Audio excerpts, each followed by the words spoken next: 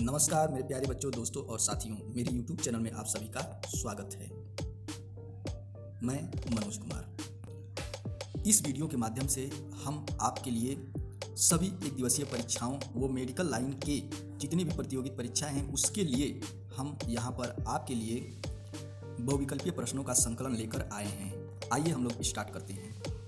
नमस्कार मेरे प्यारे बच्चों, लेसन 5 का पुष्पी पादपों की आकारिकी का यह पार्ट 2 वीडियो है और इसके पहले भी पार्ट 1 में आप लोगों को 26 क्वेश्चन करा चुके हैं। अब हम लेकर चलते हैं 27 से, प्रश्न संख्या 27 से हम लोग चलेंगे, ठीक है। तो आइए देखिए प्रश्न संख्या 27 क्या कह रहा है। चलिए ध्यान से सुनिएगा। देखिए प्रश्न संख्या 27 कह रहा है, निम्न में से कौन एक सत्य फल है? सेब, नाशपाती, काजू, नारियल। 27 का तो इसका उत्तर जो होगा, ध्यान सुनिएगा, ये डी होगा, नारियल, ठीक है। यही नारियल सत्य फल है। अगला प्रश्न संख्या 28, नारियल का कौन सा भाग रेशा उत्पन्न करता है? बीज आवरण, मध्य भित्ति, बाह्य भित्ति, फल भित्ति। चलिए 28 का उत्तर बताइए। 28 का उत्तर है मध्य भित्ति, ठीक, ये आपका उत्तर होगा। चलिए प्रश्न संख्या 29 पर चलते हैं। कौन सा पौधा अपनी आर्थिक महत्ता खो देगा यदि इसके फलों का उत्पादन प्रेरित अनिकेश फलन द्वारा किया जाए? अंगूर, पाम, ग्रेनेट, केला, संतरा। प्रश्न संख्या 29 का चलिए उत्तर बताइए। इसमें जो उत्तर होगा पाम ग्रेनेट होगा, ठीक है। यही एक पौधा अपनी आर्थिक महत्ता को खो देगा यदि इसके फल का उत्पादन प्रेषित अनिकेश फलन द्वारा किया जाए तो। अगला प्रश्न संख्या 30 का है, निम्न में कौन सा वक्तव्य पादप प्रजाति व इसके उपयोग के लिए सत्य है? तो यहाँ पे 4 ऑप्शन दिए गए हैं, ठीक है। इसके 4 ऑप्शन यहाँ पे दिए गए हैं, नीचे हम उसको दिखा रहे हैं आप लोगों को। एक तो है ओराइजा सेटाइवा प्रोटीन का खनिज स्रोत। दूसरा बी ऑप्शन दिया है मेनीपोट यूटिलिसिमा, मूल कंद जो मुख्य के केरल में पाया जाता है। सी दिया है रिकिनस कम्युनिस, महत्वपूर्ण खाने योग्य अन्न। और डी दो दिया है हिबिस्कस एस्कापुलेंटस, पुष्प जो पूरे देश में पाया जाता है। तो 4 ऑप्शन किसका दिया है? चलिए इसका उत्तर देखिए। इसके मतलब कह रहा है कि निम्न में से कौन सा वक्तव्य पादप प्रजाति वो इसके उपयोग के लिए सत्य है, बाकी सब असत्य है और ये जो है असत्य है, ठीक। तो इसका उत्तर देख लीजिए, मेनीपोट यूटिलिसिमा, मूल कंद जो मुख्यतः केरल में पाया जाता है, ये उसका उत्तर होगा। 1997 में प्रश्न आया था। प्रश्न संख्या 31, अधिकांश पौधे हरे रंग के होते हैं क्योंकि वातावरण हरे रंग को छोड़कर बाकी रंगों को फिल्टर कर देता है। सूर्य के प्रकाश दृश्य वर्तन में हरे प्रकाश की तरंगदैर्घ्य सबसे प्रभावी होती है जो प्रकाश संश्लेषण के काम आती है। पर्ण हरे प्रकाश को सबसे कम अवशोषित करता है। हरे प्रकाश में सर्वाधिक प्रकाश संश्लेषण होता है। तो इसका उत्तर जो है 31 का, फटाक से बताइए आप लोग 31 का उत्तर क्या होगा। चलिए 31 का जो उत्तर है यह आप लोगों का सी में जाएगा, ठीक। प्रश्न संख्या 31 का जो उत्तर है यह आप लोगों का सी में, ठीक। पर्ण हरे प्रकाश का सबसे कम अवशोषित करता है, ठीक। प्रश्न संख्या 32 पर चलते हैं। प्रश्न संख्या 32 पर चलते हैं। कितने लोग इस प्रश्न के डी ऑप्शन को सही मान रहे हैं, लेकिन डी ऑप्शन सही नहीं है, ठीक। अगला प्रश्न संख्या 32 पर चलते हैं। 32 कह रहा है, किस रचना के संबंध में हेटेरोस्पोरी व बीज प्रकृति का वर्णन किया जाता है? श्वेत, सहपत्र, पर्णवृंत, जीविका। चलिए बताइए 32 का क्या होगा। इसका ऑप्शन डी जीविका, इसका ऑप्शन जो है प्रश्न संख्या 32 का जीविका ऑप्शन है। ये लीजिए इसका उत्तर। अगला प्रश्न संख्या 33 पर चलते हैं। प्रश्न संख्या 33 क्या कह रहा है, ध्यान से सुनिएगा। वार्षिक उत्पादन के संदर्भ में दुनिया के 5 मुख्य अनाज, सभी 5 पोएसी कुल के सदस्य हैं। 4 पोएसी ग्रेमिनी तथा 1 लेग्यूमिनोसी के सदस्य हैं। 4 पोएसी ग्रेमिनी तथा 1 सोलेनेसी के सदस्य हैं। 3 पोएसी तथा 1 लेग्यूमिनेसी तथा 1 सोलेनेसी के सदस्य हैं। तो प्रश्न संख्या 33 का उत्तर, प्रश्न संख्या 33 का उत्तर जो है सी हो जाता है। ध्यान से सुनिएगा, 4 पोएसी ग्रेमिनी तथा 1 सोलेनेसी के सदस्य हैं। ये वार्षिक उत्पाद के संदर्भ में दुनिया के 5 मुख्य अनाज माने जाते हैं। चलिए आगे चलते हैं। प्रश्न संख्या 34, सूर्यमुखी के भ्रूण में होते हैं एक बीजपत्री, द्विबीजपत्री, कई बीजपत्री या कोई बीजपत्री नहीं, तो भैया उसके बीज को जब फोड़ कर देखेंगे ना तो उसमें 2 ही दाल मिलेगा, इसलिए द्विबीजपत्री करेंगे। ठीक है। अगला प्रश्न संख्या 35। 35 जो है, आवृत बीजियों की पहचान के लिए मुख्यतः पुष्पीय गुणों का प्रयोग किया जाता है, क्योंकि पुष्प विभिन्न रंग के होते हैं। कायिक भागों की अपेक्षा प्रजननात्मक भाग अधिक स्थिरत्व संरक्षित होते हैं। पुष्पों के साथ कार्य करना आसान होता है। पुष्पों को सुरक्षित रूप से दबाया जा सकता है। 35 का उत्तर देखिए, 35 का उत्तर आसान है कि आपका कायिक भागों की अपेक्षा प्रजननात्मक भाग अधिक स्थिरत्व संरक्षित होते हैं। ये आवृत बीजियों की पहचान के लिए मुख्यतः पुष्पीय गुणों का प्रयोग किया जाता है। ठीक। अगला प्रश्न संख्या 36 पर होते हैं। बीजांड विन्यास का वह प्रकार जिससे अंडाशय युक्तांडप एक कोष्ठीय व बीजांड सूचरों पर होते हैं कहलाता है।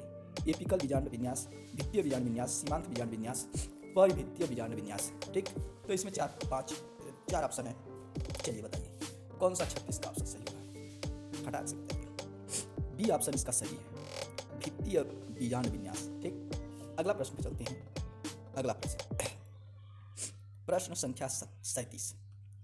सबसे बड़े पुष्प युक्त आवृत बीजी होते हैं। पूर्ण रूप से तना परजीवी, आंशिक तना परजीवी, पूर्ण रूप से जड़ परजीवी, आंशिक जड़ परजीवी। जल्दी बताइए। प्रश्न संख्या 37 का उत्तर जल्दी बताइए। चलिए 37 का उत्तर ले लीजिए। पूर्ण रूप जड़ से जड़ परजीवी। सबसे बड़े पुष्प युक्त आवृत बीजी होते हैं पूर्ण रूप से जड़ परजीवी। ठीक। अगला प्रश्न संख्या 37 कह रहा है कि वह पादप जिसमें अपरोही जड़ें पाई जाती हैं। Trapa, orchid, स्क्रूपाइन, ओडोस्टिमोन। 38 का उत्तर बताइए। चलिए 38 का उत्तर सुनिए। ट्रापा। 38 का उत्तर क्या होगा? ट्रापा। ठीक। 38 का उत्तर जो है ट्रापा। अब हम लोग चलते हैं प्रश्न संख्या 39 पर। निम्नलिखित में से कौन सा सुमेलित जोड़ा है? कुकुरबिटेसी संतरा, मालवेसी रुई, या आगे दे रखा है ब्रासिकेसी गेहूं, लेग्यूमिनेसी सूरजमुखी। ठीक। प्रश्न संख्या ये 39 है। 39 का जो उत्तर है ध्यान से सुनिएगा। निम्नलिखित में से कौन सा सुमेलित जोड़ा है? ठीक। तो इसका बी ऑप्शन मालवेसी जो है रुई, बाकी सब सुमेलित नहीं है, यही सुमेलित है। मालवेसी रुई को बोला जाता है। ठीक है। रुई का पौधा मालवेसी को कहता है। चलिए अगला प्रश्न देखते हैं। 40 पे चलते हैं। प्रश्न संख्या 40 देखिए, कह रहा है मक्का की नई बाली के सिरों से निकलने वाले लंबी तंतुमय धागे होते हैं। वर्तिका, अंडाशय, रोम या पुमंग। ठीक। 4 ऑप्शन जल्दी से बताइए। 40 का उत्तर वर्तिका। पादप जगत का सबसे बड़ा वर्तिका पाए जाने वाला प्रश्न यही होगा। मक्का में सबसे बड़ा वर्तिका पाया जाता है। ठीक। प्रश्न संख्या 40 का उत्तर। प्रश्न संख्या 41 पर चलते हैं। फल का खाने योग्य भाग होता है। बायफलवित्ती, मध्यफलवित्ती व कम विकसित अंतःवित्ती, अंतःवित्ती व कम विकसित मध्यवित्ती, बायवित्ती व मध्यवित्ती। केले का खाने योग्य भाग होता है। ठीक। 41 का बहुत अच्छा ये ऑप्शन, मध्यफलवित्ती व कम विकसित अंतःवित्ती इसका। अगले प्रश्न पर चलते हैं। प्रश्न संख्या 42। प्रश्न संख्या 42 कह रहा है, ध्यान से सुनिएगा। द्विअंडपी जयांग तथा तिरछा अंडाशय पाया जाता है। सरसों में, केला में, मटर में, बैगन में। 42 का जल्दी से उत्तर बताइए आप लोग। 42 का उत्तर सुनिए, डी। द्विअंडपी जयांग तथा तिरछा अंडाशय पाया जाता है बैगन में। ठीक। अगला जो है खाने योग्य भाग कौन सा सुमेलित जोड़ा है? देखिए 4 ऑप्शन दिया है। टमाटर, थैलेमस, पुष्पासन, मक्का, बीजपत्र, अमरूद, मध्यभित्ति और खजूर, मध्य फल भित्ति। चलिए 43 का ऑप्शन।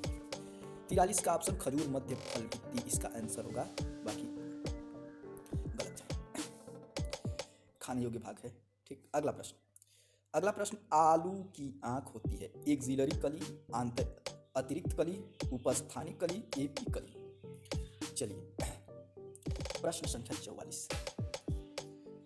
44 का आलू की आंख होती है उपस्थानिक कली।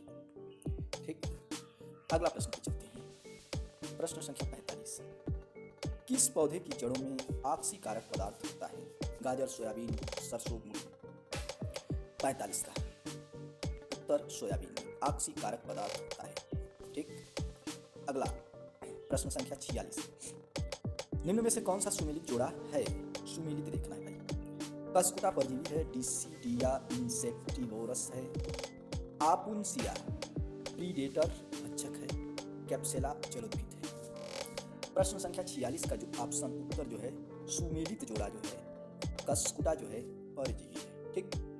आगे देखिए, कस्कुटा को अमर बेल कहते हैं। ऐसे ऐसे पतली पतली लताएं होती हैं, ठीक जैसे ये पौधों के ऊपर ये जमा होता है। आगे देखते हैं। अगला 47।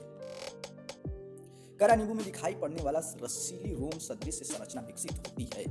संरचनाएं विकसित होती हैं। 47 का फल भित्ति व अंत भित्ति से, बाह्य भित्ति से, और आगे चलते हैं मध्य भित्ति से या अंत भित्ति से।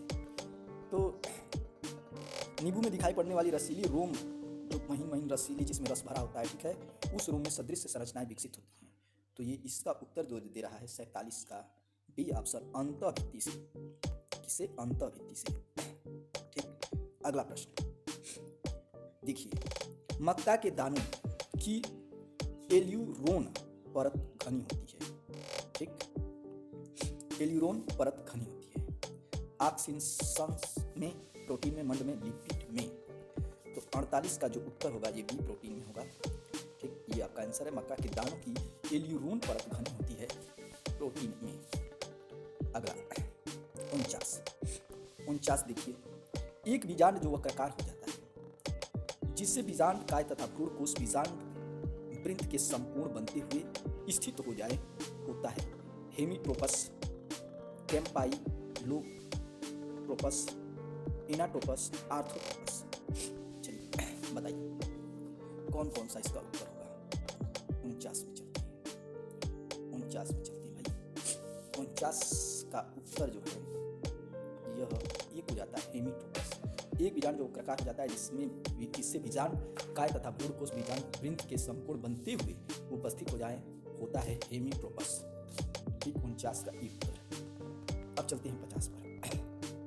50 कह रहा, अन्य के दानों में भ्रूण का एकल बीजपत्र का प्रतिनिधित्व किया जाता है। स्कूलेटम द्वारा, प्रोफिल द्वारा, कोलियोपटाइल द्वारा, कोलियोराइजा द्वारा। चलिए 50 के बाद हम चलते हैं 50 पर।